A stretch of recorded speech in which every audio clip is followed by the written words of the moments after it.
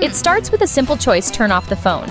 But for a group of Gen Zers and one brave millennial, that simple choice ignited a 24-hour battle against their brains. No smartphones, no internet. This wasn't just a break, it was an experiment in digital survival. The goal: to see if they could unplug for a full day to see what happens when the constant stream of information, validation, and distraction suddenly stops. Here's what happened when they tried.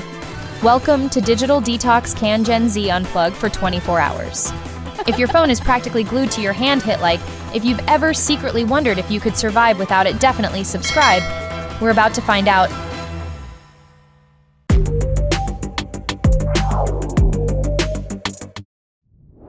The dawn of disconnection, morning jitters, and phantom vibrations. The experiment begins not with a bang, but with a profound and unsettling silence. For our participants, Gen Zers, Sarah and Liam, and our millennial David, the morning ritual is synonymous with the smartphone. It's the alarm clock, the news source, the social connector, and the first point of contact with the world. The reflexive reach for the device upon waking is the first link in a chain of habits that structures the day. When this ritual is broken, the response is immediate. Hour 1. Sarah instinctively reaches for her phone to turn off an alarm. That isn't there. She just stares at the ceiling. David, with his coffee, tries to scroll Twitter only to find his hand grasping at air. This isn't just psychological, it's a physiological event. It's the first stage of dopamine withdrawal. The brain, conditioned to expect its morning reward of novelty and social input, is suddenly denied its fix. This abrupt disruption to the reward pathway triggers a stress response, underscoring the degree to which the device has become integrated into the body's regulatory systems. This unconscious pull is the work of what author Charles Duhigg calls the habit loop, a three-part neurological process of cue, routine, and reward. For smartphone use, the cue is often an internal feeling like boredom. The routine is the physical act of picking up the phone. The reward is temporary relief. Over time, this loop becomes so automatic that the brain stops fully participating in decision-making. Research has found that up to 45% of our daily actions are not conscious decisions, but ingrained habits. This explains the deeply relatable experience of unconscious phone grabbing, where you find your phone in hand with a social feed open with no memory of having decided to do so. Within the first few hours, a peculiar phenomenon emerges: phantom vibration syndrome. Participants report feeling the distinct tactile sensation of their phone vibrating in their pocket, only to discover that nothing is there. This is a genuine tactile hallucination. The cerebral cortex, which interprets sensory input, becomes so conditioned by the repeated pairing of a location, a pocket with a vibratory cue, and a reward, a notification, that it begins to misinterpret other ambiguous signals, a muscle twitch, the rustle of fabric, as the phone itself. This syndrome is tangible physical evidence that the habit loop has been encoded so deeply that it has rewired the user's neuroperceptual system. Midday Marathon, navigating the analog world. As our participants step out into the world, the practical difficulties of a screen-free existence become starkly apparent. The digital layer that mediates so much of modern life has been peeled away, leaving them to navigate a world that feels both familiar and strangely foreign. Hour 6. Liam, a Gen Z participant, finds himself hopelessly lost, trying to locate a coffee shop, a simple task rendered Herculean without Google Maps. He is forced to resort to the archaic practice of asking a stranger for directions. At lunch, the group experiences the heavy silence of waiting for food without the social shield of a phone to scroll through a behavior that has become a default in public spaces. This highlights a significant sociological shift: the erosion of public solitude. Smartphones have fundamentally altered the nature of public space, blurring the lines between private and public life. They allow us to retreat into a private digital bubble while physically present in a shared space. This experience highlights a generational contrast. For Gen Z participants like Sarah and Liam, who are true digital natives, the experience is one of genuine capability loss. They are navigating a foreign analog landscape for the first time. For the millennial David, who grew up alongside the internet's development, the experience is one of rediscovery and atrophy. He has vague memories of using paper maps, but he is shocked by how dependent he has become on digital tools. But there's a hidden cognitive cost that goes beyond navigation. Research into what is known as the face-down phone theory, reveals that the mere presence of a smartphone, even when it is turned off, significantly reduces available cognitive capacity. The brain, it turns out, must expend a constant low-level stream of energy, actively not picking up the phone, a process that exerts a gravitational pull on our attention. This is a real-world manifestation of the switch cost effect, described by author Johann Hari. Every time we shift our attention, our brain pays a cognitive penalty, leading to mental exhaustion and a diminished capacity for deep thought. The initial feelings of anxiety and mental restlessness are not just symptoms of withdrawal. They are also the brain's reaction to a sudden cognitive surplus. When the phone is physically removed, that processing power is abruptly liberated. The brain, a creature of habit, doesn't immediately know how to reinvest this newfound mental bandwidth, and this free-floating cognitive energy can manifest as agitation and anxiety. Their digital detox is hitting hard, but what about you? How long do you think you could last without your phone? And what's the first thing you'd miss? Drop your digital detox predictions in the comments. We dare you to imagine it. Afternoon awkwardness and the wall confronting boredom. The afternoon brings the most difficult psychological test of the experiment. The novelty of the challenge has worn off the initial anxiety, has morphed into a dull ache, and the itch to connect becomes almost unbearable. This is the period when the fear of missing out, FOMO, reaches its zenith. Defined as a pervasive apprehension that one might miss out on rewarding experiences that others are having, FOMO is a key driver of problematic social media attachment. It is rooted in the fundamental human need to belong. Social media exacerbates this fear by providing a continuous curated feed of the edited lives of others, which can trigger negative social comparisons and feelings of inadequacy. This fear manifests as a compulsive need to check devices, leading to anxiety, emotional tension, and interrupted sleep. Hour 14. David the Millennial catches himself reflexively trying to refresh a phantom LinkedIn feed for the third time. The physical habit is stronger than his conscious will. "It's like a phantom limb," he mutters.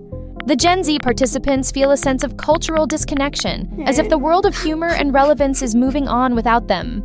So much of their social language is built around current reels and TikToks, and they feel lost without that shared context. This intense craving for stimulation is a neurological reality. The brain is hardwired to seek novelty, and digital feeds provide an endless, perfectly optimized stream of it. When deprived of this easy source, the brain enters a state of low stimulation that feels deeply uncomfortable. This is the true face of boredom, a state our hyper-connected world has taught us to fear and avoid at all costs. But it is at this moment of peak discomfort that the true value of the detox begins to reveal itself. Boredom is not a negative state to be endured, but a profoundly productive and essential human experience. When we are bored and allow our minds to wander, a specific neural network becomes active, the default mode network, DMN. The DMN is the brain's creative engine. It's where we self-reflect, consolidate memories, and make surprising connections between disparate ideas. It is the neurological home of our most original and insightful thoughts. By constantly filling every spare moment with digital distraction, we are systematically starving our brains of the opportunity to enter this vital creative state. The greatest gift of the digital detox is that it forces participants to sit through this discomfort. By enduring the Great Wall of Boredom, they break through to the other side, emerging into a mental landscape rich with newfound clarity, self-awareness, and the quiet hum of their own imagination.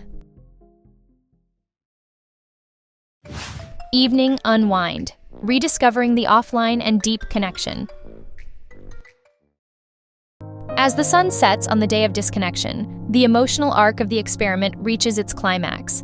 The struggle against withdrawal and boredom gives way to a quiet sense of acceptance, and for many, profound peace.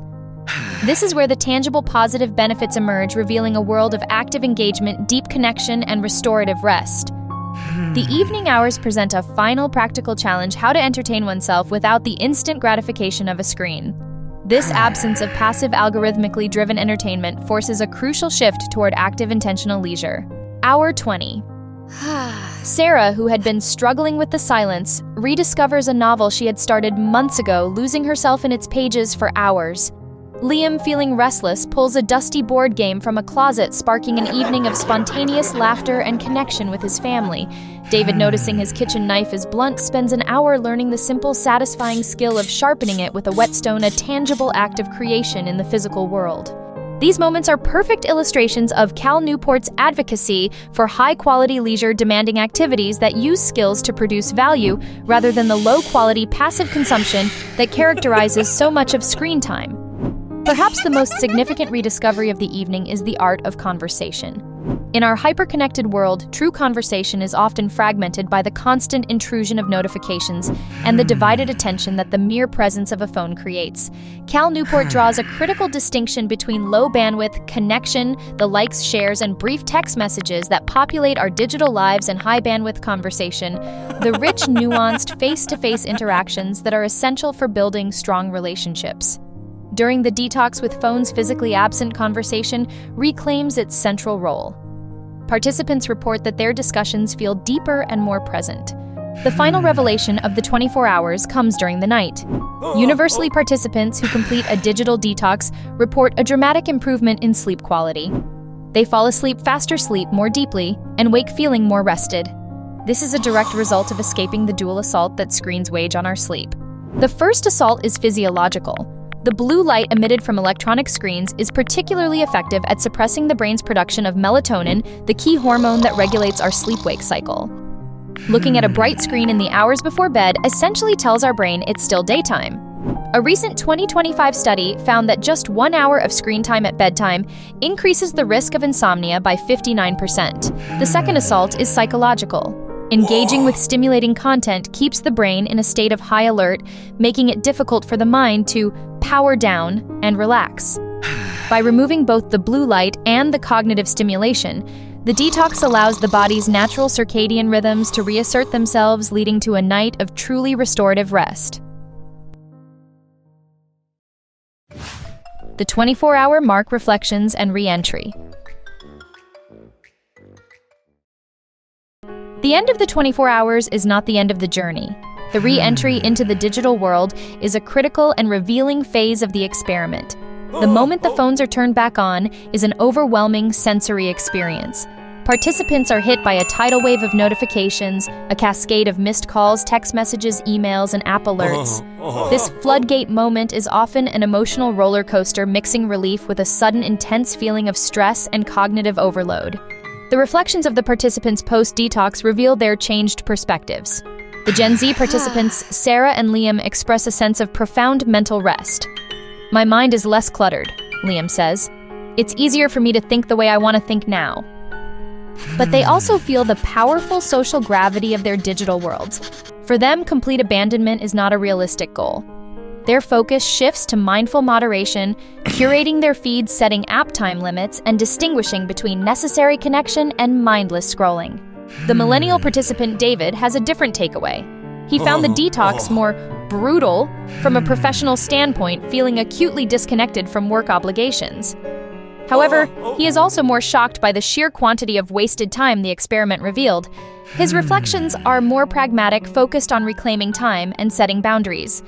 He resolves to implement practical changes like establishing no phone zones at the dinner table and keeping his phone out of the bedroom. To avoid the post-detox binge and build a sustainable new relationship with technology, a structured approach is necessary.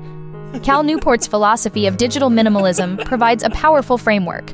The core idea is not to simply resume old habits, but to start from a blank slate, reintroducing technology with rigorous intentionality. Newport proposes asking 3 critical questions for every optional technology before allowing it back into one's life. Does this tool directly support something I deeply value? Is this tool the best way to support that value? And how will I constrain my use of this tool to maximize its value and minimize its harms? This is the first step in joining what author Johann Hari calls the attention resistance, the conscious, continuous effort to protect one's focus and agency from the forces of an attention economy that is designed to steal it. Conclusion and recap. So, what have we learned from these 24 hours without the digital world? We saw the initial withdrawal driven by neurological habit loops and a starved dopamine system. We witnessed the confrontation with true boredom amplified by a powerful fear of missing out. And most importantly, we saw the profound peace and clarity that emerged when the digital noise finally faded, deeper conversations, restorative sleep, and the rediscovery of active offline joys. The 24-hour digital detox isn't about rejecting technology, it's about reclaiming ourselves. It's about reminding our brains that true connection, true rest, and true presence don't require a screen. As the trend of the great logging off gains momentum in 2025, more people are recognizing that digital wellness is the new frontier of self-care.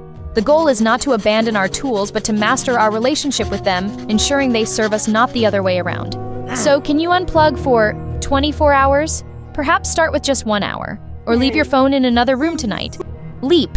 You might just discover a quieter, more present version of yourself waiting on the other side.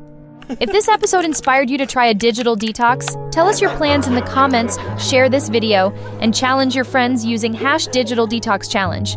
And don't forget to like and subscribe to GenShift. We'll be here waiting for you after your detox, of course.